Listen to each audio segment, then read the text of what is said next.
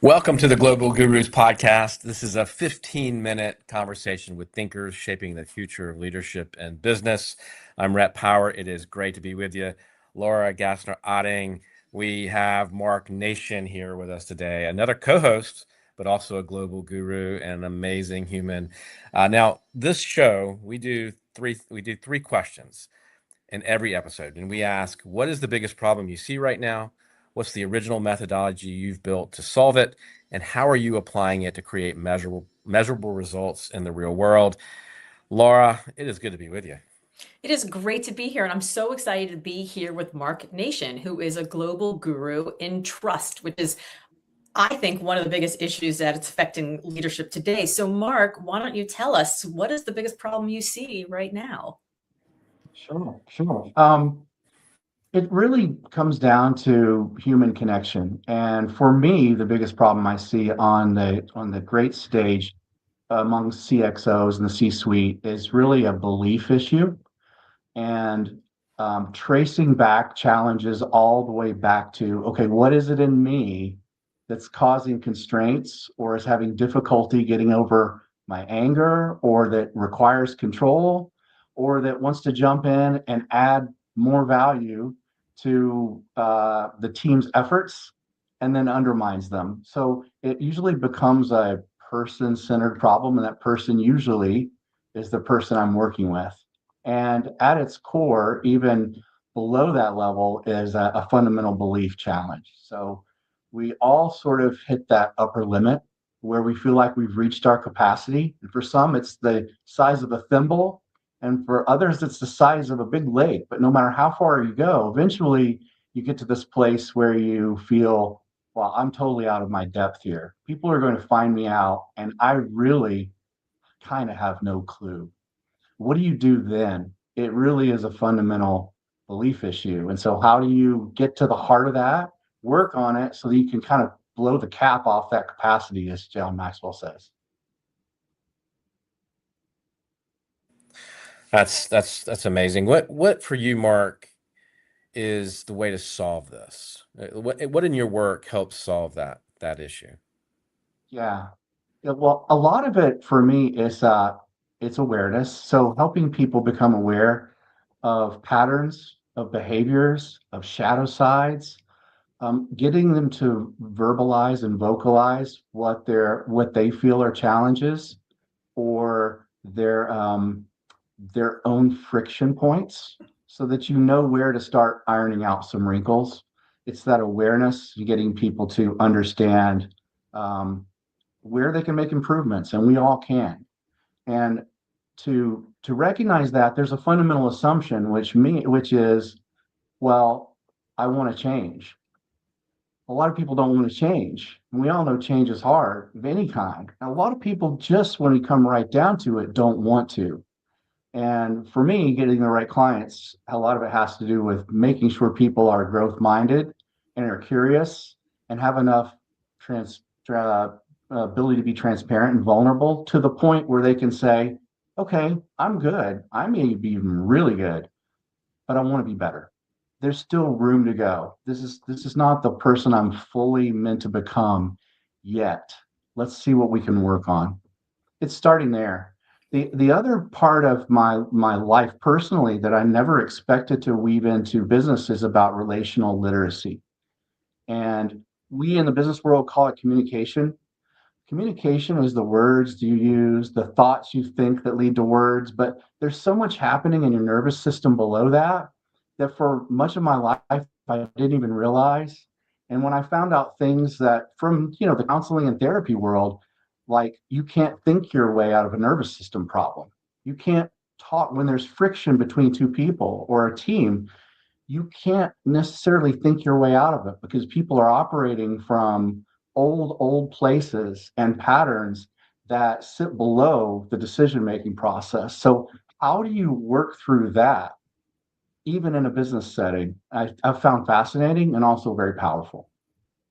Yeah, I think that's super powerful that, starting with awareness, vocalizing where you are, having that desire to change, the growth mindset, but underpinning all of that is all of the deep work that we have to do, right? And the way that we talk to each other, the way that, as Red says, we talk to ourselves, right? For me, it's that narrative identity of the stories that we tell ourselves in between. And I know in your executive coaching work that you do, in the keynote speaking work that you do, you spend a lot of time helping people focus on that heart-centered leadership, which doesn't start with the typical idea of leaders have to be perfect, but starts actually with the imperfection of who we are and where we can go together. So how are you applying that to create measurable results out in the real world? Like beyond these great ideas, how do you apply that to create those measurable results?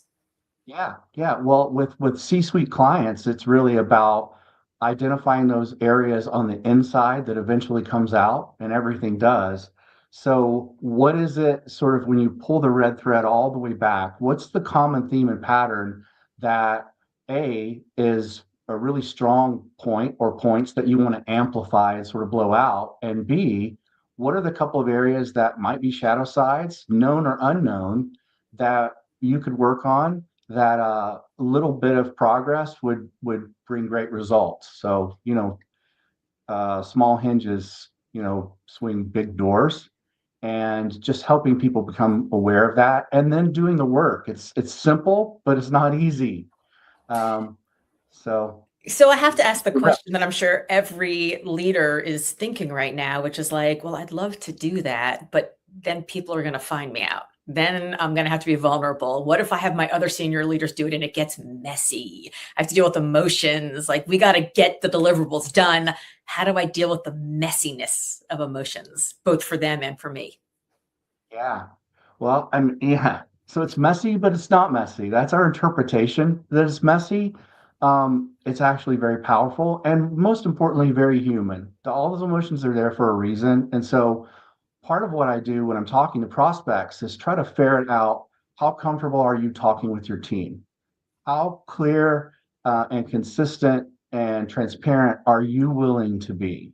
Because if they're not, there's always going to be that wall. And you don't want a wall to define relationships. You want love and openness and trust to define it. So the way that you bring people along is that you just are honest and say, well, I've been doing some work.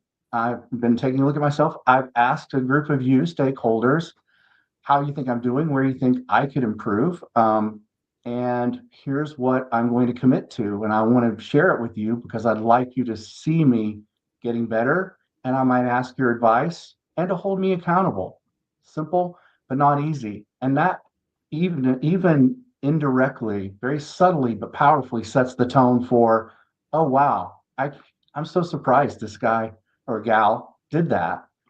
I could probably be comfortable bringing my next problem to him or her, and it can cascade from there. But the leader always sets the tone, and it always starts with us. It's not about us, but it starts with us. Mark, I gotta ask. I mean, we're in such times. I mean, we're in this like seminal moment, right? With all the culture stuff going on and the political stuff going on and the and technology. I mean, all the stress around what is my business even going to look like in 6 months, and not being able to see around the corners. I remember working on 5-year plans when I ran my toy company. I remember working, I could look out 5 years and predict what my product lines would look like. You can't do that now. And I wonder, because of that, what I know is if I'm feeling stressed as a leader, my team is feeling it 10 times, right? Because of all the uncertainty. This seems to me the best way to lead right now. It's the best way to retain your team. It's the best way to uh, keep people engaged and to build trust. So this seems like a business imperative right now to me. I mean, what do you think? I think it is, and now more than any time that I'm aware of in history, it begs the existential questions because all of us are uncertain. We're all on sort of in uncharted water. Um, and it does beg existential questions, which help you decide what kind of person and a leader you are. Questions like, okay, well, what is my purpose for being here? What is the meaning of work? What do I value out of work? How do I enjoy, if at all, interacting with people inside of work and out? How can I be radically present in a future that's completely not guaranteed? How do I always make the most of the moment I'm in right now? How do I operate knowing that the overwhelming truth of life is everything ends? It sounds horribly not very positive, but when you realize that, I've told a couple of teams before when I first introduced myself and we were talking, I'm like, just one day this will be over. We'll leave this company. This company may get sold. We'll go into different roles, even different groups, and one day it'll be over. But we have now, and we can engineer the moments that become the memories that we can share and look back on and tell our friends and our families about. So knowing that, let's engineer some good stuff, and let's always make the most of the moments that we have and that we're in. We can engineer the moments that make the memories. That is an incredible statement. I think one of the most sobering pieces of advice I ever got was when I was talking about how indispensable I was and how important I was, and I had to do all the things. The guy looked at me and he was like, "The graveyard is filled with indispensable people." And I was like, "Oh." True story. But I want to go back to, you said the P word, right? Purpose. And I think a lot of people, having spent 20 years in executive search, a lot of people would feel embarrassed if they spent their career making money, if they thought, well, maybe I should spend my career trying to do, quote unquote, do good in the world. And I think purpose is an interesting word because some people can define purpose as curing cancer. Some people can define purpose as making so much money that you can donate money to the nonprofit that can cure cancer, right? For some people, purpose is being able to make enough money that your children can have different choices than you had. For some, it's, wearing the white hat, but everybody defines purpose differently. So can you have this heart-centered leadership and this authenticity and this trust with your team, even if you're not doing like being a do-gooder, but you're in like a money-driven, a profit-driven company? Purpose is still, you can still have purpose there, right? Absolutely. And purpose is so, we want to think it's so singular and simple, which then makes it hard for us. And we feel like just the fact that we want it and that we're looking for it means we don't have it. But in a lot of cases, purpose happens along the way, and purpose is iterative. You can have a life purpose, you can have a leadership purpose. My focus really in the workplace is on leadership purpose. And so that's more defined. There's a sort of smaller aperture. But ultimately, purpose is what we do each day. And so there are all sorts of micro moments of purpose. And I think ultimately, a good place to start is to make sure you have congruence between your head, your heart, and your gut. And you bring your real self to life with all of its messiness and emotions and feelings. And, without having to do anything too silly or too crazy, just be you. And try to get to know everyone else, who they are, because the truth is they're one of a kind. They're a masterpiece too. And if we can just try to make each day a little bit of a masterpiece, by definition, we're living in our purpose. So what's your advice, Mark? We've got about 3 minutes or 2 minutes now, but I want to ask you this. You and I, all of three of us are probably about the same age. We won't go into how old that is, but we were always told, don't bring our stuff to work, right? Leave it at the door. That's not possible, is it? It's possible. It's not pragmatic or practical. And so you can filter it a little bit, but I always want to know people. The best leaders I've ever known, they've known me. And it's we want to be known. That's one of the deepest senses of Yeah. satisfaction we can get in life. And it's also possible with work. It's just to be known and appreciated and understood and occasionally encouraged. So leaders have that opportunity. And if you just really take a person-centered approach, an other-centered approach, what I call sort of a love-centered approach, you're going to get to that. So knowing about people is important. And a subset of that is, so what's going on with work or this business plan or the M&A update? That's very important. And that's part of the person you're standing in front of. Well, man, I could talk to you forever. I don't know about you, Laura, but this has been an amazing conversation, and I appreciate you so much. Thank you so much, Rhett. Thank you, Laura. Mark, do you want to tell people who are like, God, that sounds so smart, I need to learn more about that? Where can people find you? You can find me at nationleadership.com, Mark at Nation Leadership, email, and marknation.net. LinkedIn, Facebook, Instagram. I'm around. Well, thank you for joining us here on the Global Gurus podcast. 15 minutes of thought leadership, and we hope you join. We hope you join us next week. We're gonna have an episode every week. 3 questions, 1 methodology, real results. That's what we explore here at Global Gurus. Thank you for joining us, Laura. It's always a pleasure. Thanks so much.